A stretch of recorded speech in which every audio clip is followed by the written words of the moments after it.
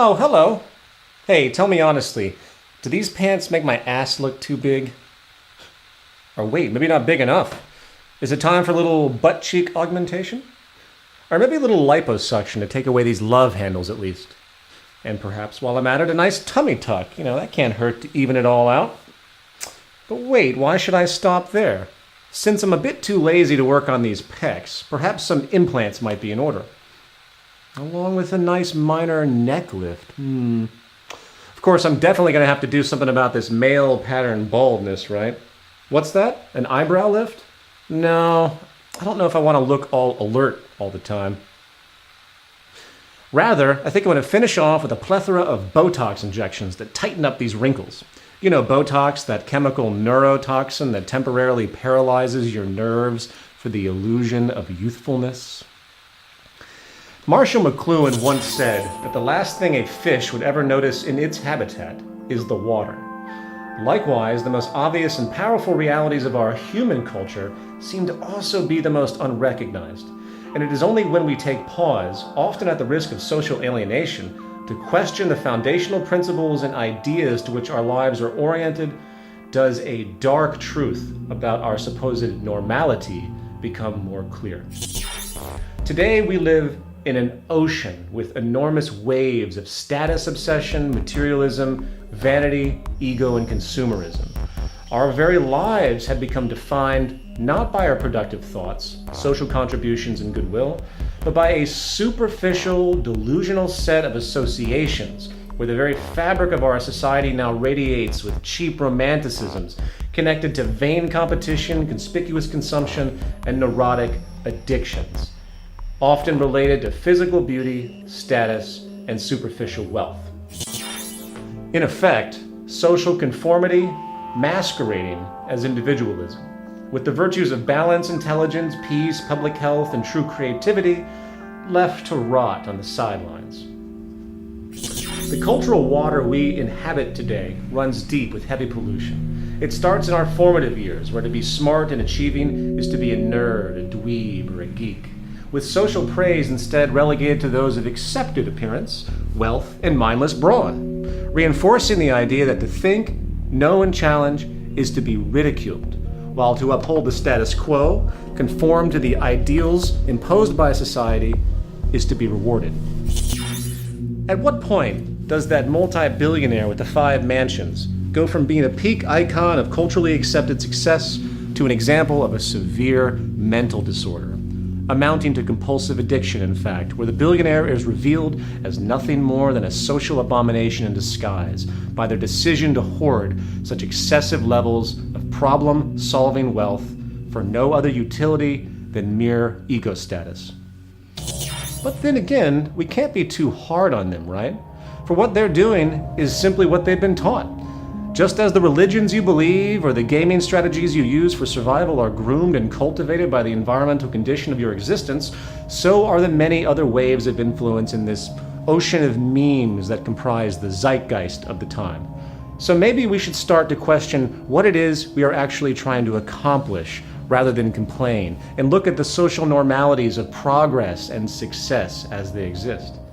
And I don't know about you, but I'm beginning to suspect that the new commercial lifestyle that has been touted by economists and historians as some marvel of human social development is actually a hidden form of retardation, an unseen manifest value distortion that is making us sick, antisocial, increasingly vain, ecologically indifferent, and perhaps more and more malleable for the controlling factions of our society itself.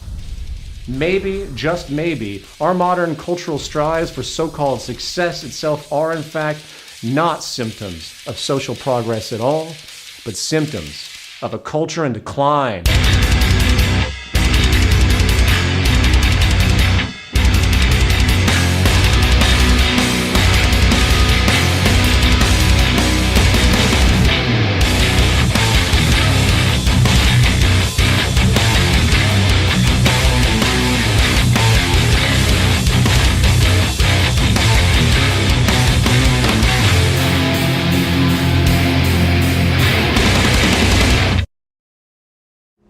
A new disease has struck America, rapidly moving across the world, a disease largely unknown in earlier periods and almost entirely unnoticed by those who carry it.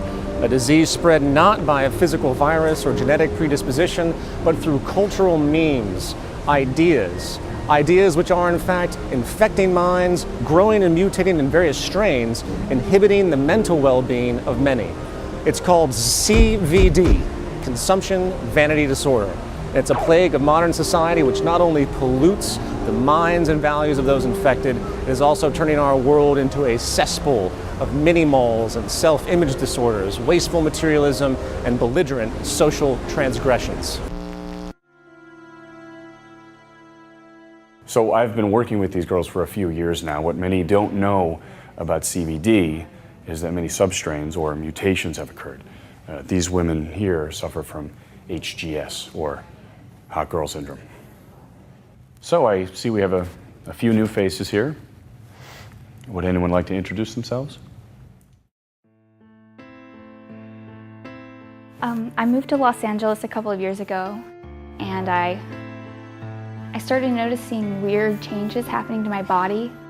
Like my skirt started getting shorter and shorter, and I started spending more and more on cosmetics and heels and like cheap jewelry. And then the Botox injections started. And I just couldn't stop. My lips got more and more pouty. And by the second or third buttock augmentation, I was looping DVD reruns of America's Next Top Model and Extreme Makeover 24/7, dating one hot football star douchebag after the other. And the next thing I knew, I was on the cover of Vogue. It's okay, honey. I was on the cover of Vogue, too.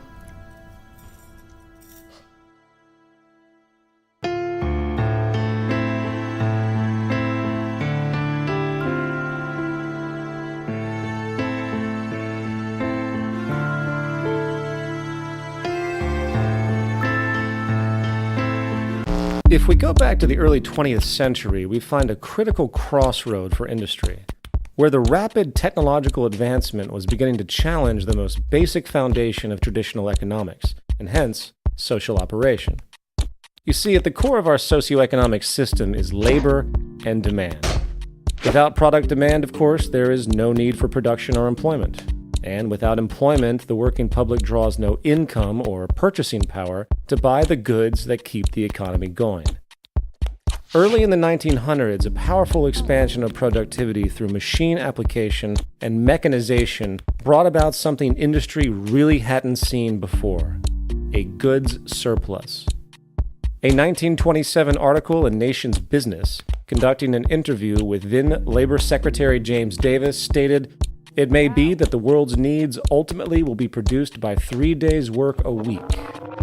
Years later, engineer R. Buckminster Fuller described the phenomenon as being able to accomplish more with less, in that the energy, manpower, and resources needed to accomplish particular goals was actually decreasing, while the accomplishments themselves were accelerating.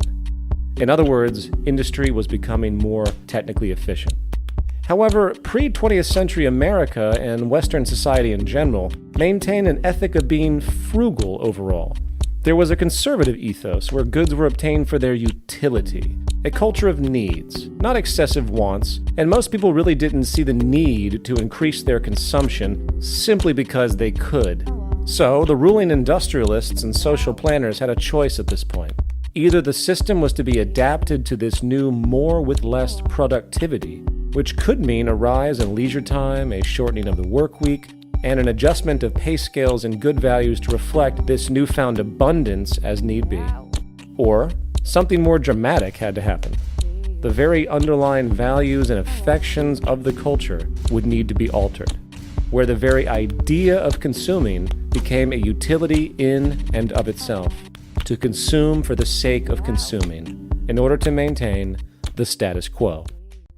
Well, needless to say, given the very nature of capitalist philosophy, the latter, what's that? Oh, right.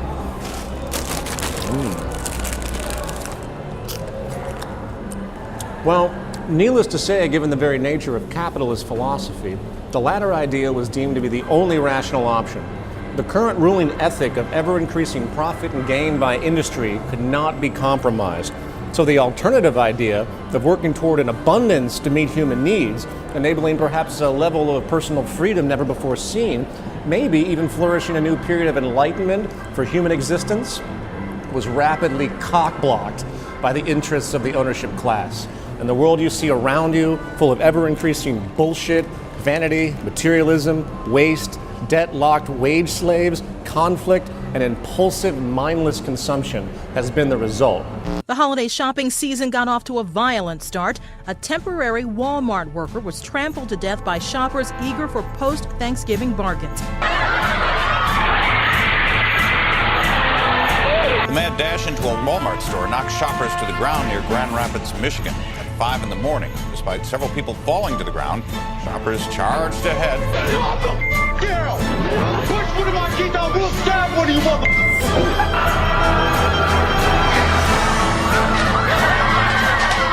Another incident here, a 28-year-old pregnant woman was knocked to the ground by that same crowd. Witnesses here at the scene say that woman actually suffered a miscarriage. And in Southern California, shots rang out inside a crowded toy store.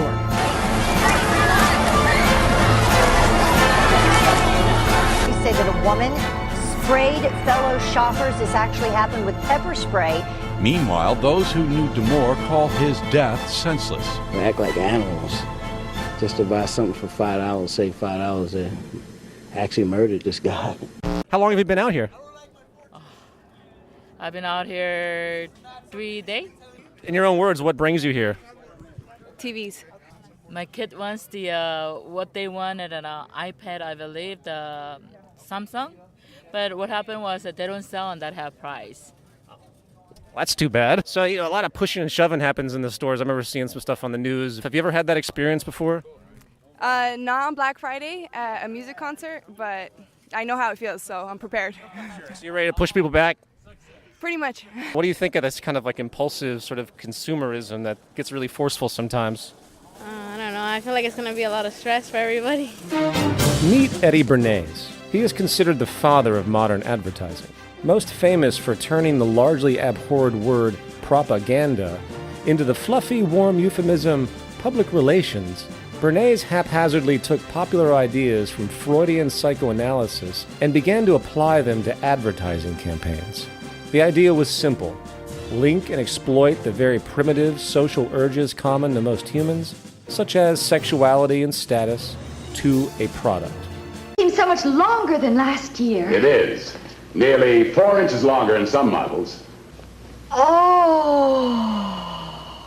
Goods were to become less relevant in their utility and more of a symbol representing one's identity or individualism, effectively turning mere wants into emotional needs. Bernays was a response to a growing call by industrial leaders to reprogram society and create a new consumer culture. Charles Kettering, director of General Motors in 1929, wrote of the need to keep the consumer dissatisfied. Wall Street banker Paul Mazur said, "We must shift America from a needs to a desires culture. People must be trained to desire, to want things even before the old have been entirely consumed. We must shape a new mentality in America." And it worked. Technological innovation in radio and television helped further this end by a saturation campaign throughout American society, which quickly spread across the world. Advertising no longer was about describing, say, the function of a good and its inherent integrity. It was now about social manipulation, creating inferiority, shame, guilt, and false problems that could only be resolved by submission to purchase. Over an 80-year lifespan, we watch 15 and a half years of television on average. 15 and a half years of having our brains liquefied and sodomized, zombified, and then glorifying products and nonsense. And that screws with us, because advertisements are assholes. They're assholes. Imagine if an advertisement were just a regular guy walking up to you on the street, just going, hey you, hey, Hey, if you wore these jeans, then the hot girls would really do you. I mean like hot girls, not that ugly broad you call a girlfriend. And by the way, could you mention to her that she needs to lose a little weight and do something about her hair? And she could do it too if she would just use these diet pills and this hair gel. And by the way, both of you guys should probably be smoking these cigarettes and drinking this beer. Then you'd be really cool. Although your teeth are looking a little yellow, but we can fix that if you would just use this tooth whitening shit. And then the hot girls would really do you. And by the way, are you happy with your penis size? If you are, that's cool. A lot of guys are happy with fun size. Is that what you call that? Fun size? A lot of girls like that. I mean, I haven't met any, but I bet there are some. But if you change your mind, all you'd have to do is take a couple of these babies, and soon you would have to call up guys to help you carry your junk around like a train on a wedding dress. But how are you gonna call your junk carriers with that crappy phone you got there? You should be using this phone with the swipey bullshit technology that makes other people feel like they're better than you just by owning this phone. And they are better than you. Oh my God, all this stuff you need and don't have is making me anxious. Is it making you anxious? Is it? Are you anxious now? Are you? Well, then all you'd have to do is take a couple of these, and in 2 weeks' time, you would feel better than anything. Plus, bonus side effect, these pills also make your ass hair shiny and more manageable with extra bounce. Anyway, I gotta go, because your girlfriend just decided she looks pretty good in a vintage dress, and I gotta turn that around quick before she stops taking the Ambien Prozac cocktail I gave her, and then she'll stop shopping continuously in order to fill the void created by self-hatred, created by me. Would you hang out with that guy? You see, at the core of advertising is the exploitation of our deep social nature. It turns the empathic community identification into a weapon of external judgment and relative insecurity. In fact, some years back, a multi-year study where Western television was brought into a culture which had never experienced it before was conducted on the island of Fiji. By the end of the observation period, the effect of materialistic values and vanity took a powerful toll. A relevant percentage of young women, for example, who prior had embraced a style of healthy weight and full features, became obsessed with being thin. Eating disorders, which were virtually unheard of in this culture, began to spread, and women specifically were transformed. But let's return to our history lesson. This vanity, materialism, and obsessive consumption neuroses, as powerful as it is, was not quite enough to ensure the stability of the capitalist religion and the ongoing benefit to the ownership class priests. The engineering of consent through advertising aside, the technological age brought another nasty problem for business: increased product efficiency.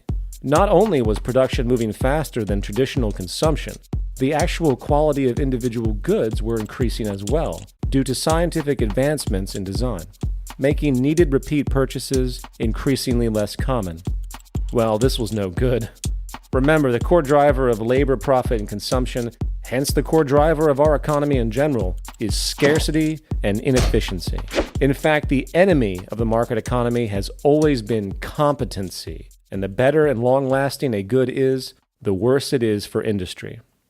So the water broke and planned obsolescence was born. In 1932, industrialist Bernard London propagated a pamphlet entitled "Ending the Depression Through Planned Obsolescence," where the idea of universally making poor goods to generate more labor demand and growth seemed logical. Some even wanted to make it mandatory for all industries, legally, where life cycles were decided not by the natural state of technological ability, but by the mere ongoing need for labor and increased consumption.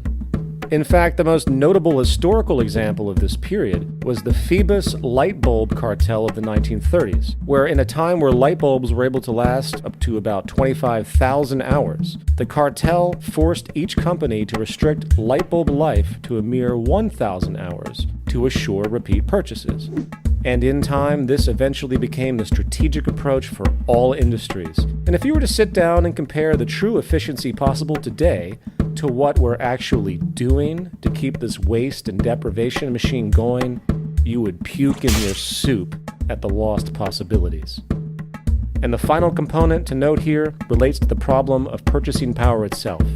A fail-safe was needed to ensure monetary circulation and so-called growth, even if the purchasing parties didn't have it. Well, welcome to credit expansion. credit access has been, in reality, the core driver of economic growth in the West for a very long time. And a quick glance at the private and public debt today globally shows that it is not an anomaly for a person or country to live far beyond its financial means. It is indeed the set fashion.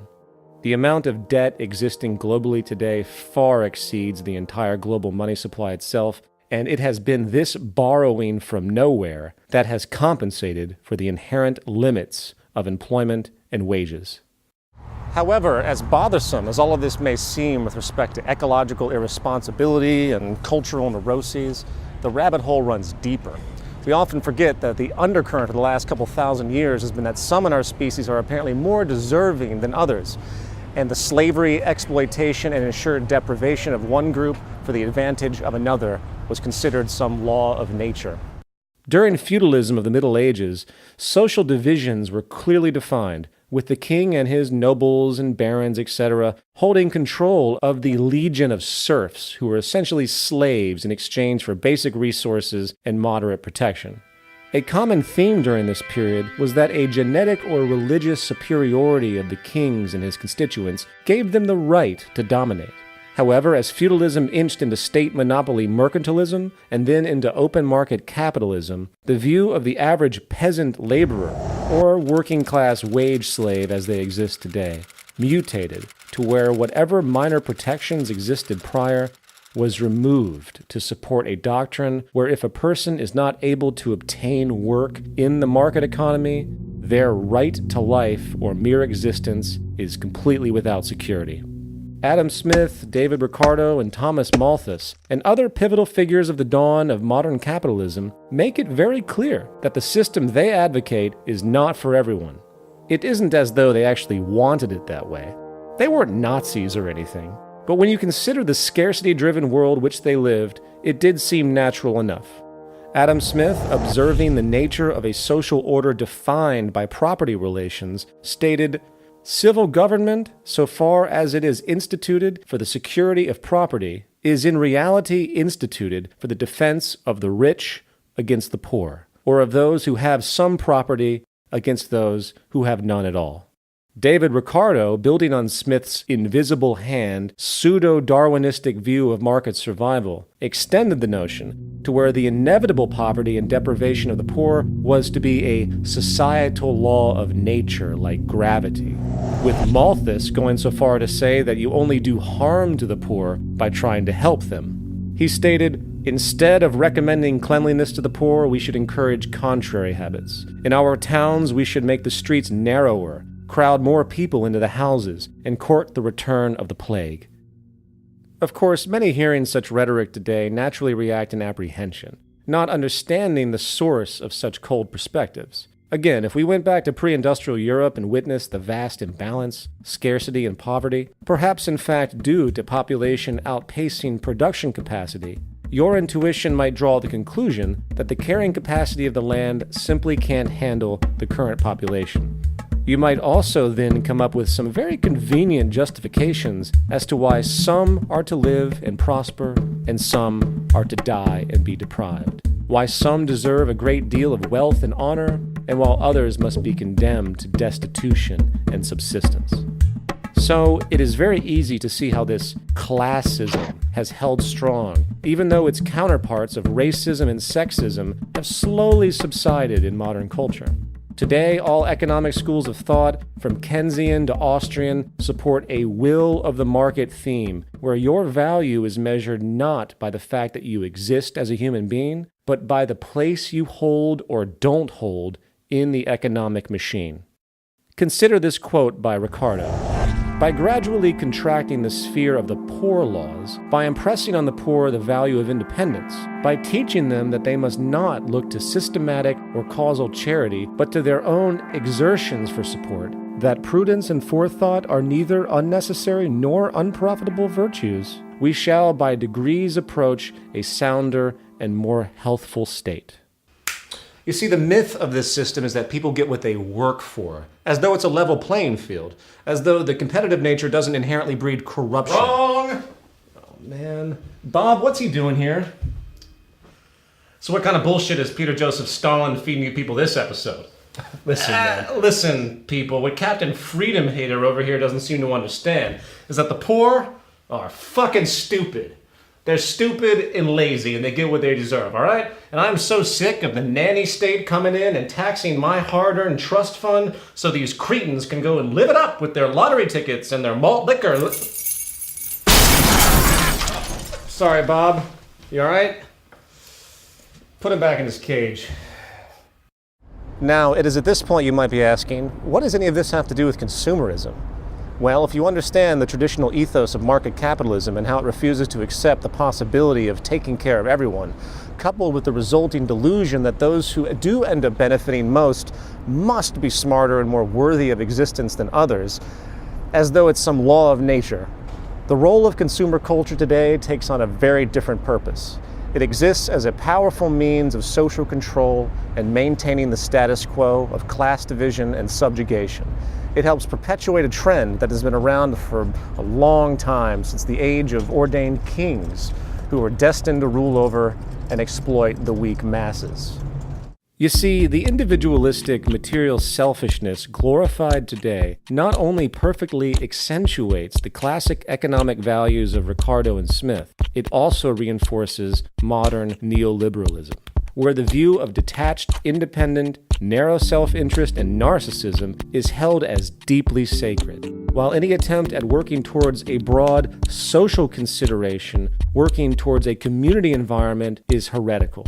Simultaneously, it compounds class division, since the consumer culture has created an abstract sense of competition and status where to have more than others is equated to success. Suddenly, 1% of the population owning 40% of the planet's wealth is even more vindicated, along with how one can step over homeless people on the street and assume that they must be that way because of their own lack of initiative, laziness, or general inferiority. Modern consumer culture, the consumer vanity disease, ensures that the public remain distracted and at war with itself. It ensures that profits from these wasteful and unnecessary purchases, driven by emotional dissatisfaction, will continue to perpetuate and justify the wealthy elite. And it ensures that the poor and miserable of the world will be kept in their place, because guess what? It must be some law of nature. Final thoughts. Likely the most hijacked and delusional concept in the world today is that of freedom. In political poetics, historically, it went from a general interest to ensure quality of life and remove oppression, really, to a marketing gimmick to sell you things you don't need to ensure the integrity of an inherently elitist, corrupt political economy. I don't know about you, but I really don't give much of a shit about how many different kinds of toothpaste or deodorant I can choose from in a grocery store. While I'm given simultaneously the farce choice between two politicians clearly of the same breed in an election. I really don't care much for the freedom of being able to concoct, say, a grande white mocha double espresso non-fat steamed milk stirred unsweetened caffeine-free jerk me off slap my ass latte with extra whip at Starbucks. You see, the best form of social control is the kind where the illusion of choice actually persists, and the consumer vanity obsession rampant across the world now embodies the new form of democracy. Forget about the oligarchical plutocracy that continues to rule and destroy the world. Just focus on the rich celebrities on the cover of that goods catalog masquerading as a literary magazine. Forget about how financial and monetary gain is a measure of success and how delusional it really is, for the psychological phenomenon of relative deprivation has shown that having more and more luxury often does not make you happy, only more neurotic, insecure, and antisocial. Forget about the ever-increasing use of antidepressants and other mental health disorders that have emerged around our material society, and do what many do instead. Go shopping! Today, the act of shopping really has become a form of therapy for people if you're paying attention, an artificial means to feel better about oneself. And forget about the reality that the greatest lie behind the political system is that there can exist political equality in the wake of perpetual economic inequality. The fact is, the toxic condition that we have created around this new materialistic freedom is at the root of the vast waste of not only the Earth's resources, but the vast waste of human potential and human integrity itself. The more you own, the more you're owned. And as an aside, everyone's beautiful when they smile. Sorry, ladies and gentlemen, I'm late for my pedicure. So until next time, keep those eyes glued to the worst yet greatest reality show of all time. My name is Peter Joseph, and I, like you, am an agent and victim of a culture in decline.